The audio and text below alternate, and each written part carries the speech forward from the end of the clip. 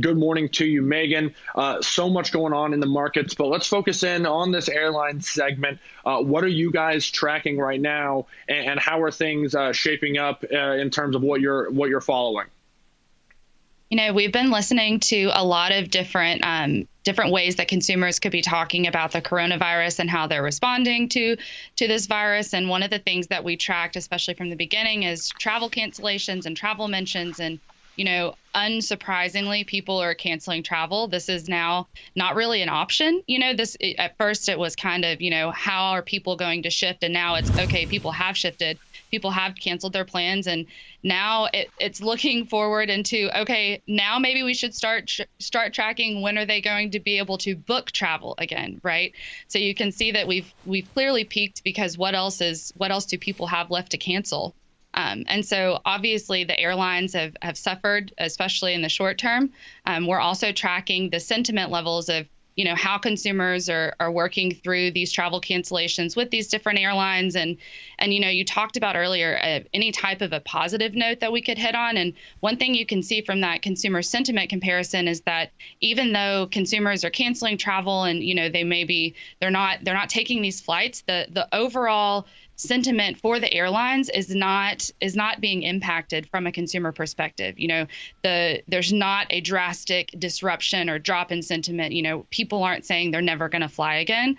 Where in contrast, when you look at some companies like the cruise lines, like when you look at Carnival and Royal Caribbean, we're seeing massive sentiment drops in the short term, and we're not seeing that materialize yet with the airlines.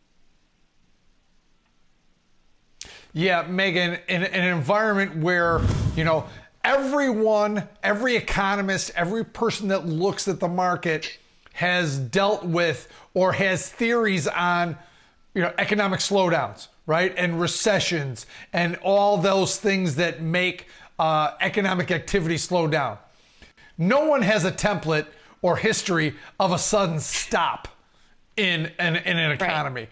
And that's what I think we're looking at here that we've never looked at before, frankly, in the history, is that not a slowdown. We screeched to a halt. And you're right. People are canceling already made, reservations for flights. And there is going to be a big disconnect between cruise lines and planes. Because, let's face it, most Americans, when I mean most, I mean 99% of Americans are going to get on a plane again in their life. They may never take another cruise, but they will get on a plane. Business travel will pick up and things will snap back. But I want to know your data on, this is such a key part, because this is going to be that message going forward. Are people starting to, do you guys have any data? I guess here's my long-winded question. Do you guys have data on, are people postponing plans? Are they canceling plans? What is the status of what they're doing when they're making an action with an airline?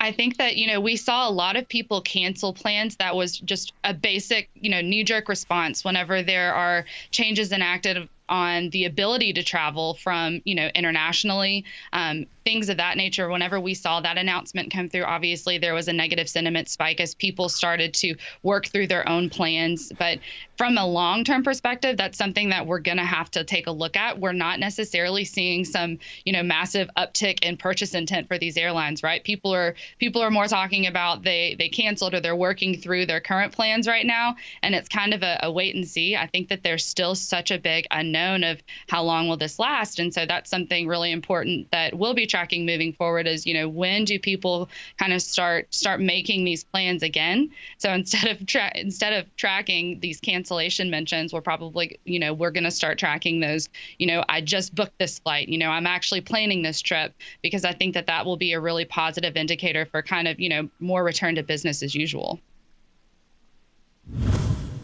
I think that's an excellent point. When you start looking at other things that are going on, crude oil at $22, these are things that should be helpful for the airlines to get back on their feet on the other side of this. I think it's important to note your sentiment chart, where sentiment hasn't really taken a hit in spite all the uncertainty in this industry and all the cancellations around this. Is maybe the consumers recognizing this is outside of the airline's control, and it's not necessarily their fault, because if the investor or the consumer rather was blaming the airlines for this, there could be long-term sentiment damage, and that could change the landscape on the other side of this. But from what sounds like, there's clearly an economic uncertainty right now. There's clearly going to be cancellations, and there has been a lot of this being kind of mandated by government in terms of the ability to travel around the globe at the current moment. But on the other side of this, you don't necessarily see, at least thus far, Megan, any times of consumer changes in behavior from a travel standpoint where people are never going to travel again, or, at least you don't see that yet.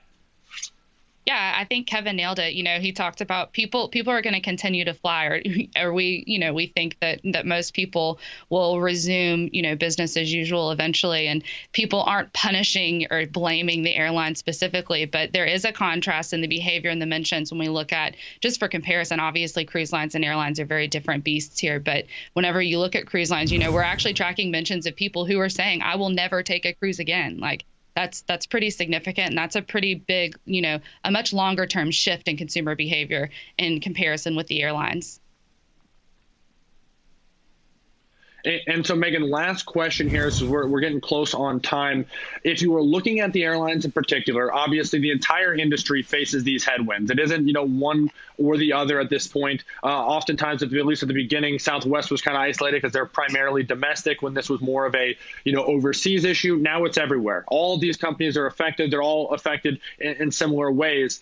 As someone at LikeFolio who tracks consumer trends, tracks sentiment around these names, is there one that on the other side you like the best? And is there one maybe that you like the least in terms of where they sit in terms of a best in breed or maybe a potentially worst in breed for the investor and trader at home who's trying to, sift through the noise and find these opportunities?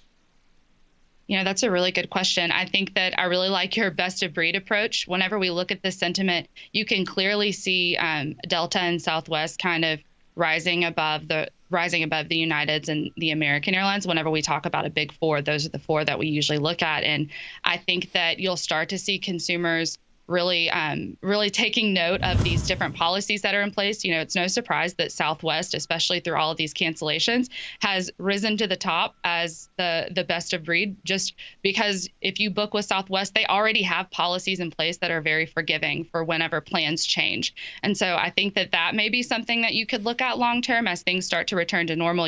Do consumers prioritize companies that have more of a forgiving policy in that nature? And so from that sense, I think that Southwest is performing well, but it's definitely something we'll have to watch and continue to see once things, once consumers do start booking, if there was any shift or any preference that they're showing moving forward because of this.